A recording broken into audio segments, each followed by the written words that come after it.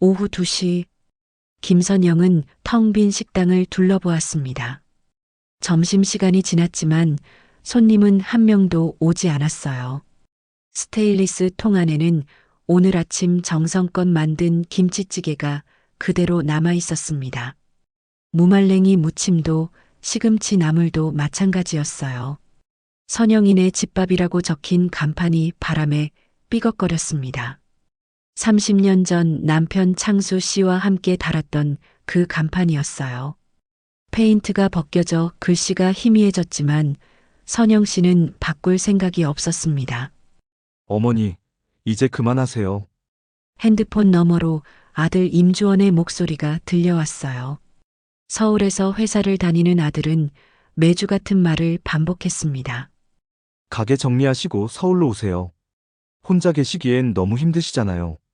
선영 씨는 창밖을 바라보았습니다. 길 건너편에는 24시간 편의점이 있었어요. 그 옆으로는 대형 프랜차이즈 분식점이 들어섰습니다. 불과 1년 전까지만 해도 그 자리에는 오래된 이발소가 있었는데요. 주원아, 엄마는 괜찮다. 거짓말이었습니다. 괜찮지 않았어요. 매일 새벽 5시에 일어나 장을 보고 6시부터 반찬을 준비해도 팔리는 것은 절반도 안 되었습니다. 남은 음식들을 쓰레기통에 버릴 때마다 가슴이 아팠어요. 선영 씨는 20살에 창수 씨와 결혼했습니다. 그때부터 요리를 배웠어요. 시어머니가 알려주신 된장찌개 끓이는 법, 김치 담그는 비법, 생선 조리는 방법들을 하나하나 익혔습니다. 결혼 10년 만에 이 가게를 열었을 때는 정말 행복했어요. 우리 선영이 손맛이 최고야. 창수 씨가 늘 하던 말이었습니다. 단골 손님들도 같은 말을 해주었어요. 점심시간이면 줄을 설 정도로 붐볐습니다. 저녁에는 회사원들이 술 한잔하러 들렀고요. 하지만 5년 전 창수 씨가 세상을 떠난 후 모든 것이 달라졌습니다. 혼자서는 예전만큼 많은 양을 만들 수 없었어요. 그 사이 동네에는 배달 전문점들이 하나둘 생겨났습니다. 1,000원짜리 배달비로 집에서 편하게 주문할 수 있는 세상이 왔어요. 선영 씨는 냉장고 문을 열었습니다. 내일 쓸 재료들이 빼곡히 들어 있었어요. 무, 배추, 콩나물, 두부, 모두 새벽 시장에서 엄선해서 사온 것들이었습니다. 하지만 이 중 얼마나 쓰일지 알 수 없었어요. 벽에 걸린 시계가 3시를 가리켰습니다. 오늘도 손님은 3명뿐이었어요. 단골 김할아버지, 혼자 사는 대학생, 그리고 공사장에서 일하는 아저씨 한 분. 매출은 2만 원이었습니다. 선영 씨는 앞치마를 벗으며 한숨을 쉬었어요. 거울에 비친 자신의 모습을 보았습니다. 언제부터인가 머리에 흰털이 늘었고 눈가에 주름이 깊어졌어요. 40에 가게를 시작했을 때의 활기는 찾아볼 수 없었습니다. 요리가 즐거웠는데. 혼잣말이 나왔어요. 예전에는 손님들이 맛있게 먹는 모습을 보는 것만으로도 행복했습니다. 이제는 오늘은 얼마나 팔릴까 하는 걱정만 앞섰어요. 정성 들여 만든 음식이 버려질 때마다 마음이 무너졌습니다. 핸드폰이 다시 울렸어요. 임주원이었습니다. 어머니, 진짜 마지막으로 말씀드려요. 이번 달 안에 결정하세요. 선영 씨는 대답하지 못했습니다. 가게를 정리한다는 것은 창수 씨와의 추억을 버리는 일 같았어요. 30년간 쌓아온 모든 것을 포기하는 일이었습니다. 해가 기울기 시작했어요. 저녁 준비를 해야 했지만 발걸음이 무겁기만 했습니다. 선영 씨는 가스레인지 앞에 서서 냄비에 물을 올렸어요. 오늘도 어김없이 하루가 흘러갔습니다. 그날 밤 선영 씨는 오랜만에 창수 씨 사진을 들여다보았습니다. 가게 개업 때 찍은 사진이었어요. 두 사람 모두 환한 미소를 짓고 있었습니다. 여보, 이제 정말 끝인 걸까요? 사진 속 창수 씨는 대답하지 않았습니다. 하지만 선영 씨는 알고 있었어요. 무언가 변화가 필요한 시점이라는 것을, 그 변화가 무엇인지는 아직 몰랐지만요. 창밖으로 비가 내리기 시작했습니다. 이틀 후 임주원이 부산으로 내려왔습니다. 예고 없는 방문이었어요. 선영 씨는 가게 문을 열다가 아들의 모습을 보고 깜짝 놀랐습니다. 주원아, 언제 왔니? 어머니, 이야기 좀 해요. 임주원의 표정이 평소와 달랐어요. 진지하고 단호했습니다. 선영 씨는 가슴이 철렁했어요. 두 사람은 가게 안쪽 테이블에 마주 앉았습니다. 임주원은 서류 봉투를 꺼냈어요. 이거 봐주세요. 부동산 중개업소 자료였습니다. 가게 시세, 권리금, 임대료 정보가 빼곡히 적혀 있었어요. 권리금이 얼마 안 돼요. 하지만 빚은 정리할 수 있어요. 선영 씨는 서류를 보며 말없이 있었습니다. 어머니, 솔직히 말씀드릴게요. 더 이상 이런 식으로는 안 돼요. 임주원의 목소리에 간절함이 묻어났어요. 매달 적자잖아요. 건강도 나빠지시고. 저 혼자 서울에서 걱정만 하고 있어요. 선영 씨는 고개를 들었습니다. 주원아, 엄마가 그렇게 한심해 보이니? 그런 게 아니에요. 사랑해서 그래요. 잠시 침묵이 흘렀어요. 선영 씨는 창밖을 바라보았습니다. 일주일만 시간을 줘. 마지막으로 한 번만 해볼게. 임주원이 한숨을 쉬었어요. 뭘 해보신다는 거예요? 가게를 살려보는 거야. 어떻게요? 선영 씨는 대답하지 않았습니다. 사실 구체적인 방법이 있는 것도 아니었어요. 임주원은 오후 늦게 서울로 돌아갔습니다. 떠나면서 일주일 후에 다시 올게요라고 말했어요. 선영 씨는 그날 밤 잠을 이루지 못했습니다. 일주일 안에 무엇을 할 수 있을까요? 30년간 단골이었던 손님들은 이미 다른 곳으로 떠났어요.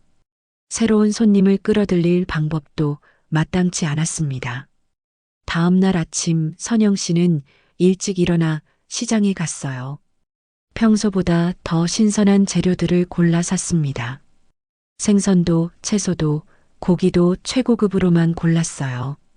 이번엔 정말 최선을 다해보자. 혼잣말을 하며 장바구니를 가득 채웠습니다.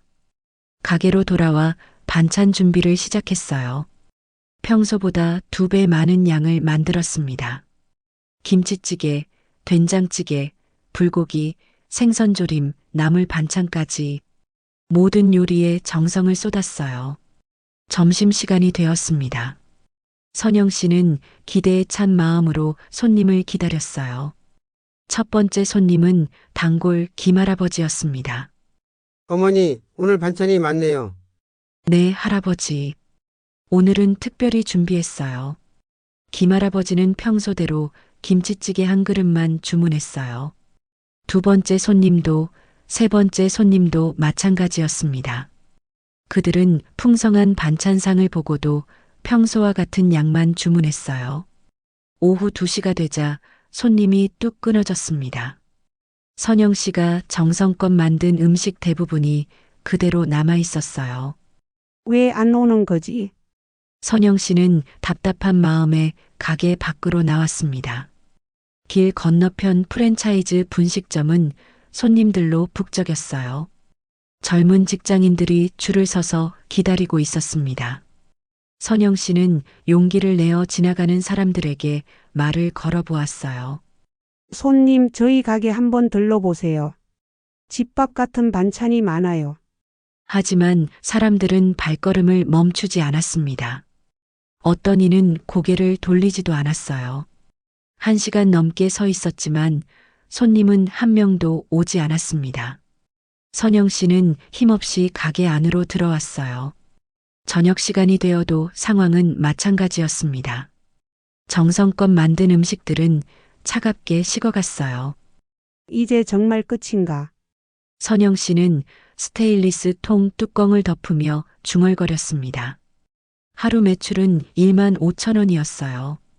재료비도 안 나왔습니다. 그날 밤 선영 씨는 오랫동안 계산기를 두드렸어요.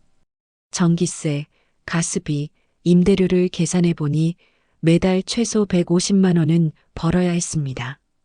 하지만 요즘 매출은 그 절반도 안 되었어요. 다음 날도 그 다음 날도 마찬가지였습니다. 선영 씨가 아무리 정성을 다해도 손님은 늘지 않았어요. 오히려 단골 손님 몇 명마저 얼굴을 보이지 않았습니다. 나흘째 되는 날 선영 씨는 가게 앞에서 전단지를 나눠주기로 했어요.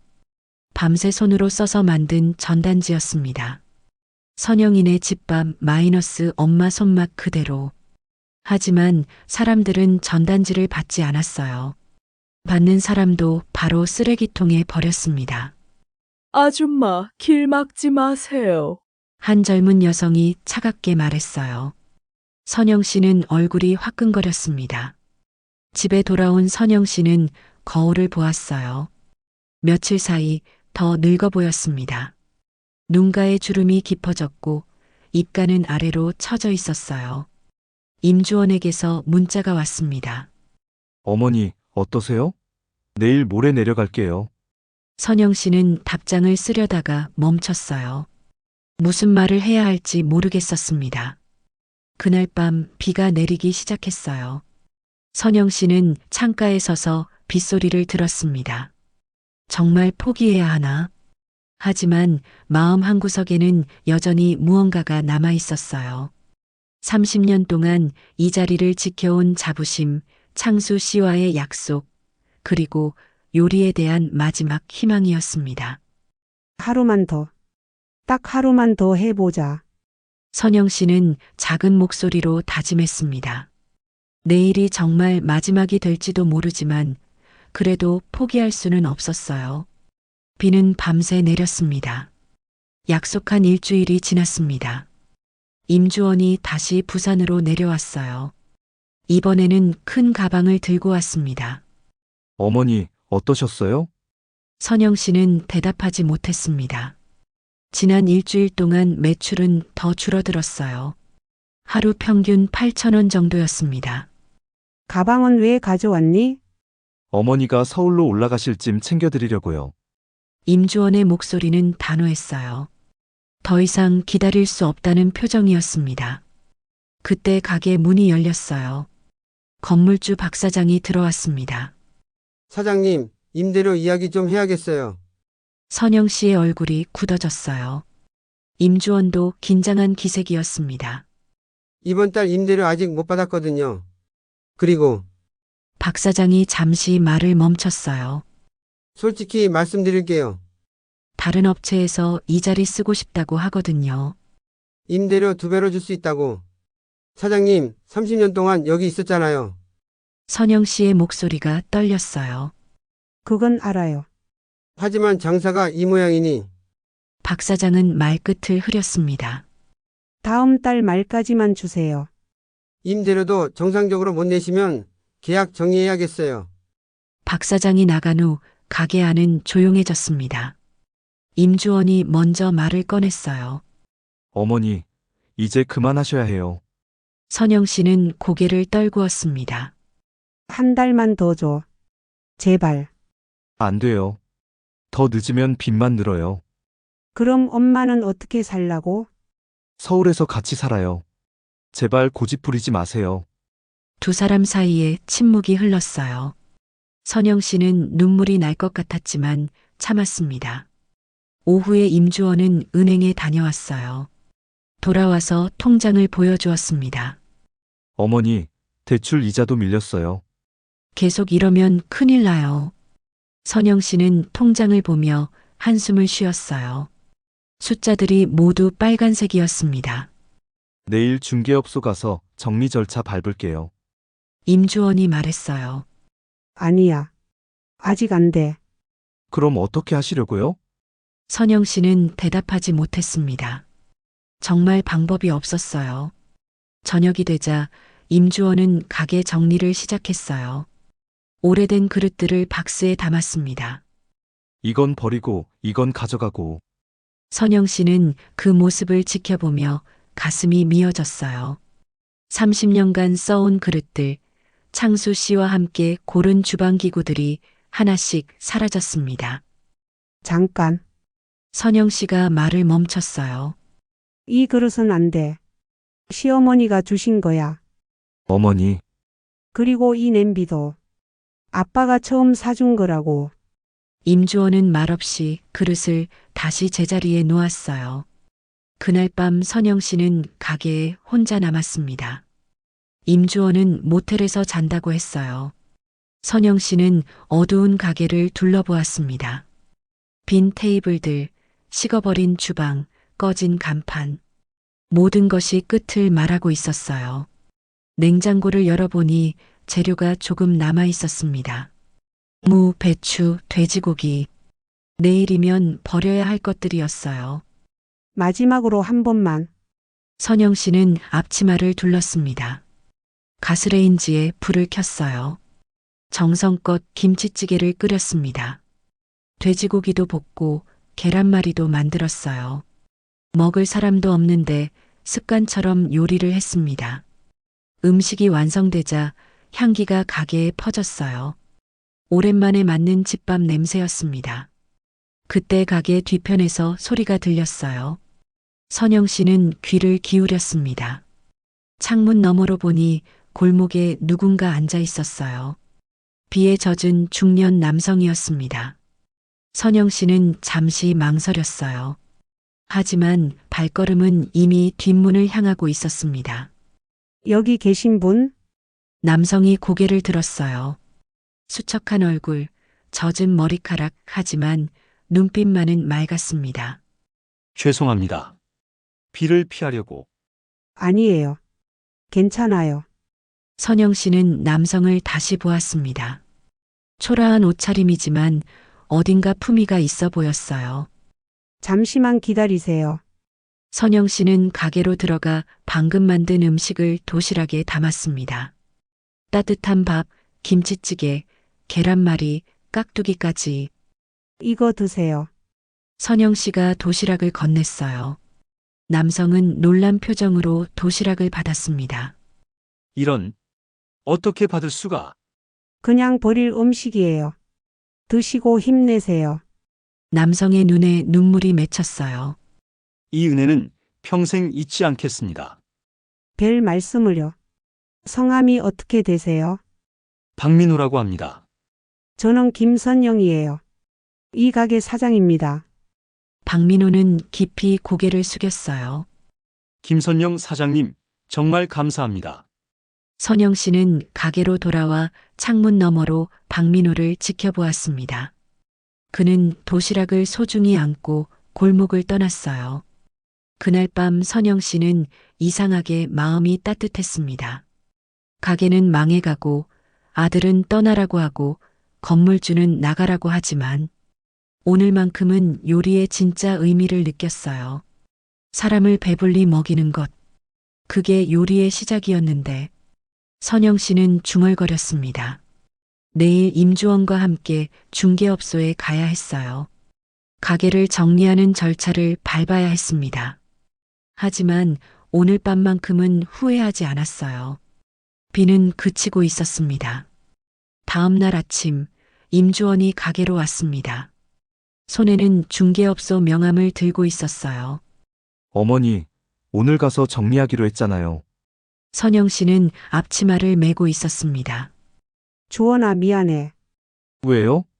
어젯밤에 생각해 봤는데 엄마가 너무 고집 부렸나 봐. 임주원이 명함을 내려놓았어요. 하지만 오늘 하루만 더 해보고 싶어. 그래도 안 되면 정리할게. 어머니, 아들 마음도 알겠고 현실도 알겠어. 근데 그냥 포기하기는 아쉬워. 임주원은 잠시 고민했습니다. 그럼 정말 오늘이 마지막이에요. 약속해 주세요. 선영 씨가 고개를 끄덕였어요. 그날 선영 씨는 특별히 정성을 들였습니다. 새벽 일찍 시장에 가서 제일 좋은 재료만 골랐어요. 김치도 새로 담갔습니다. 점심시간이 다가왔어요. 임주원은 가게 구석에 앉아 어머니를 지켜보았습니다. 11시 30분. 첫 번째 손님이 들어왔어요. 여기가 선영이네 집밥이죠? 젊은 회사원이었습니다. 선영 씨는 깜짝 놀랐어요. 네, 맞습니다. 소문 듣고 왔어요. 집밥 같다고 하더라고요. 선영 씨와 임주원은 서로를 바라보았습니다. 누가 소문을 냈을까요? 뭐 드릴까요? 김치찌개 하나요. 반찬도 맛있다고 하던데. 선영 씨는 정성껏 차려주었습니다. 손님은 한 숟가락 먹어보더니 눈을 반짝였어요. 와, 정말 집에서 먹는 맛이네요. 그 말에 선영 씨의 마음이 따뜻해졌습니다. 12시가 되자 또 다른 손님이 왔어요. 이번에는 2명이었습니다. 여기가 그 집이죠? 동료가 추천해줬거든요. 어떤 동료요? 회사에서 청소하시는 분이요. 여기 진짜 맛있다고 하시더라고요. 선영 씨는 가슴이 뛰었어요. 혹시 박민호 씨 이야기일까요? 점심시간 동안 손님이 5명이나 왔습니다. 몇 달 만에 처음 있는 일이었어요. 어머니, 이게 뭐예요? 임주원이 놀란 표정으로 물었습니다. 나도 몰라. 정말 이상해. 저녁에도 손님이 왔어요. 퇴근길 직장인 3명이었습니다. 여기 진짜 맛있다는 소문이 돌던데요. 어디서 들으셨어요? 회사 청소 아저씨가 계속 얘기하시거든요. 여기만큼 집밥 같은 데가 없다고. 그날 매출은 12만 원이었습니다. 몇 달 만에 가장 높은 매출이었어요. 다음 날도 손님이 왔습니다. 그 다음 날도 마찬가지였어요. 어머니, 정말 신기해요. 임주원이 말했습니다. 응, 나도 꿈 같아. 선영 씨는 환한 미소를 지었어요. 오랜만에 보는 밝은 표정이었습니다. 사흘째 되는 날 선영 씨는 용기를 내어 손님에게 물어보았어요. 혹시 누가 소개해 주셨어요? 아, 우리 회사 청소하시는 박 아저씨요. 계속 여기 음식 자랑하시거든요.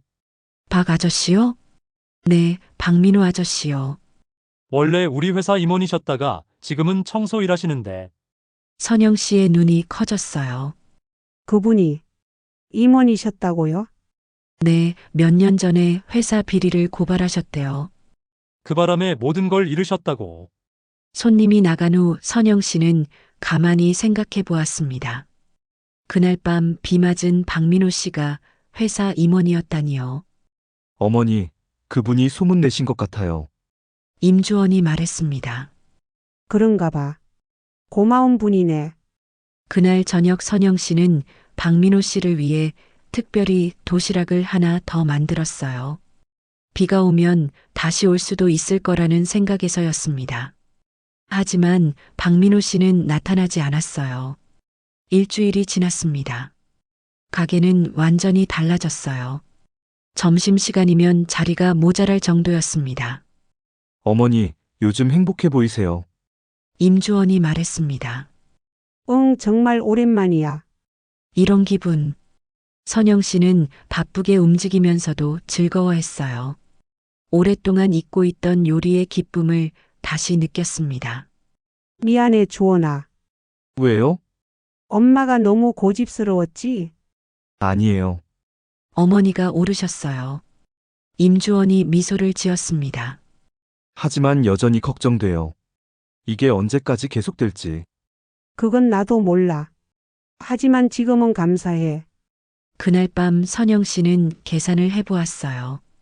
일주일 매출이 80만 원이었습니다. 임대료와 재료비를 내고도 남을 금액이었어요. 정말 기적 같아. 혼잣말을 하며 선영 씨는 웃었습니다. 하지만 여전히 궁금했어요. 박민호 씨는 왜 자신의 가게를 그렇게 홍보해 주었을까요? 그리고 지금은 어디서 무얼 하고 있을까요? 다음 날 아침 선영 씨는 더욱 정성껏 음식을 준비했습니다. 혹시 박민호 씨가 오면 감사 인사를 드리고 싶었어요. 손님들은 계속 왔습니다. 모두 박 아저씨 추천이라고 했어요. 그분 덕분에 이렇게 됐는데 인사도 못 드렸네. 선영 씨는 아쉬워했습니다. 점심시간이 끝나갈 무렵 가게 문이 열렸어요. 정장을 입은 여성이 들어왔습니다. 혹시 사장님이세요? 네, 그런데요. 드림IT 인사팀 이수진이라고 합니다. 전화로 연락드리고 싶은 일이 있어서요. 선영 씨는 명함을 받았습니다. 큰 회사 이름이 적혀 있었어요. 무슨 일이신지. 저희 회사에서 도시락을 주문하고 싶어서요. 매일 100개 정도. 선영 씨는 깜짝 놀랐습니다. 100개라니요. 그런데 저희는 작은 가게라서 괜찮습니다. 저희 직원들이 여기 음식을 정말 좋아해요. 이수진 팀장은 미소를 지었습니다. 한 분이 계속 추천해 주시거든요. 박민호라는 분이요. 그 이름을 듣는 순간 선영 씨의 가슴이 뛰었습니다. 내일부터 시작할 수 있을까요? 선영 씨는 임주원을 바라보았어요. 임주원이 고개를 끄덕였습니다. 네, 해보겠습니다. 이수진 팀장이 나간 후 가게는 조용해졌어요. 어머니, 정말 대단해요. 임주원이 말했습니다. 꿈 같아. 정말 꿈 같아. 선영 씨는 눈물이 날 것 같았지만 참았습니다. 그날 밤 선영 씨는 오랜만에 창수 씨 사진을 보았어요.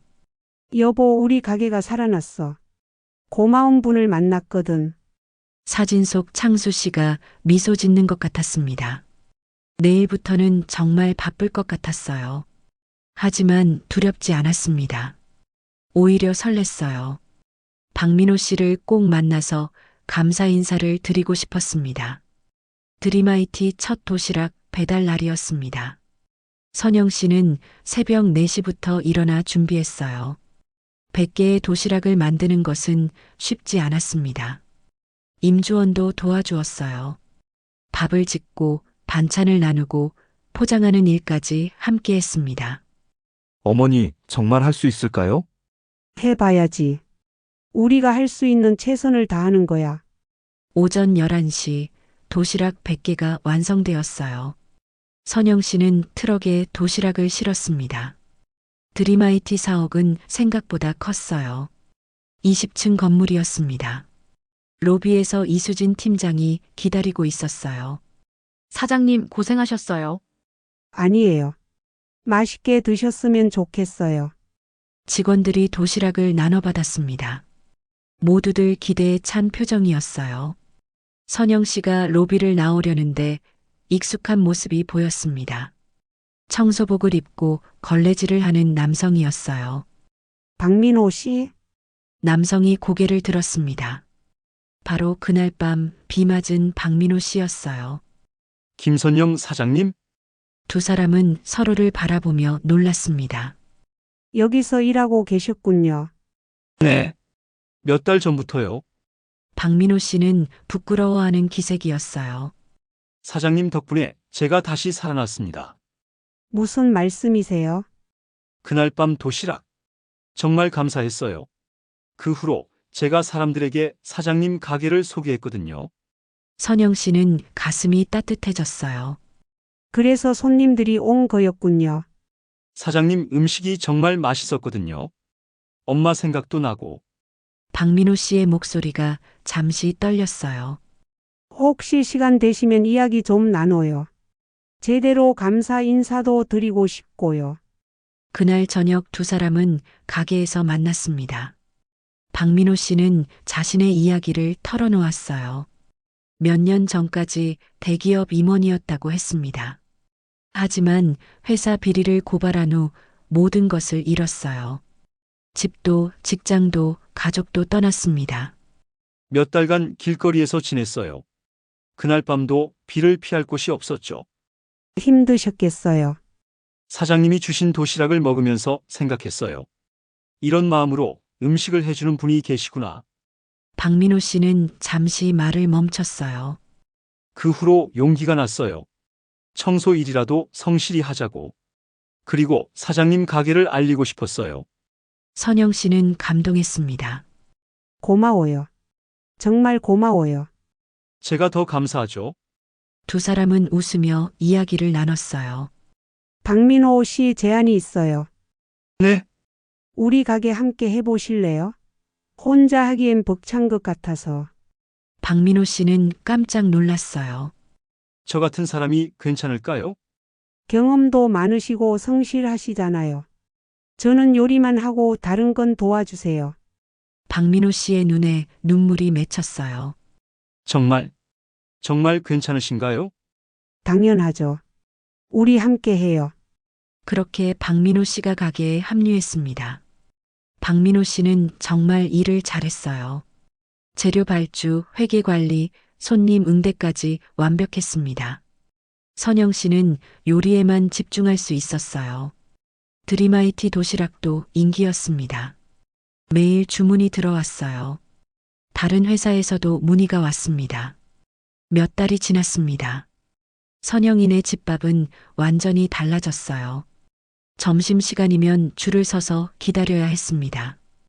임주원도 주말마다 내려와 도왔어요. 어머니, 정말 대단해요. 박민호 씨 덕분이야. 두 분이 잘 맞으시는 것 같아요. 선영 씨와 박민호 씨는 최고의 파트너가 되었습니다. 선영 씨의 손맛과 박민호 씨의 경영 능력이 완벽한 조화를 이뤘어요. 가게가 성공하자 주변 상권도 활기를 되찾았습니다. 빈 가게들의 새로운 업체들이 들어왔어요. 어느 저녁 선영 씨와 박민호 씨는 정리를 하다가 뒷골목에서 누군가를 발견했습니다. 젊은 남성이 박스에 기대 앉아 있었어요. 옷이 해지고 표정이 어두웠습니다. 선영 씨와 박민호 씨는 서로를 바라보았어요. 같은 생각이었습니다. 도시락 하나 만들까요? 네, 그럽시다. 두 사람은 가게로 들어가 따뜻한 도시락을 만들었어요. 갓 지은 밥, 김치찌개, 계란말이, 깍두기까지. 이거 드세요. 선영 씨가 도시락을 건넸어요. 젊은 남성은 놀란 표정으로 받았습니다. 감사합니다. 정말 감사합니다. 힘내세요. 좋은 일 있을 거예요. 박민호 씨가 격려했어요. 젊은 남성이 떠난 후 두 사람은 미소를 지었습니다. 우리도 저랬었죠. 박민호 씨가 말했어요.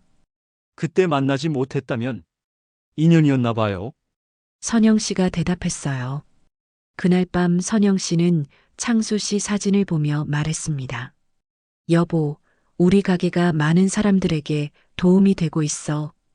고마운 동반자도 생겼고, 사진 속 창수 씨가 환하게 웃는 것 같았어요. 몇 주 후 그 젊은 남성이 다시 가게에 왔습니다. 이번에는 정장을 입고 있었어요. 사장님들 취직했어요. 그날 도시락 덕분에 힘을 얻었거든요. 정말 다행이네요. 저도 누군가에게 도움이 되는 사람이 되고 싶어요. 젊은 남성은 깊이 인사를 하고 갔습니다. 선영 씨와 박민호 씨는 흐뭇하게 바라보았어요. 작은 선의가 이렇게 큰 변화를 가져오네요. 박민호 씨가 말했어요. 그게 음식의 힘인 것 같아요. 사람과 사람을 잇는 거. 선영 씨가 대답했어요. 저녁이 되자 두 사람은 내일 준비를 시작했습니다. 신선한 재료, 정성스런 마음, 그리고 누군가를 위한 따뜻함. 선영이네 집밥에서는 오늘도 작은 기적이 계속되고 있었습니다. 희망은 이렇게 전해지는 것이었어요.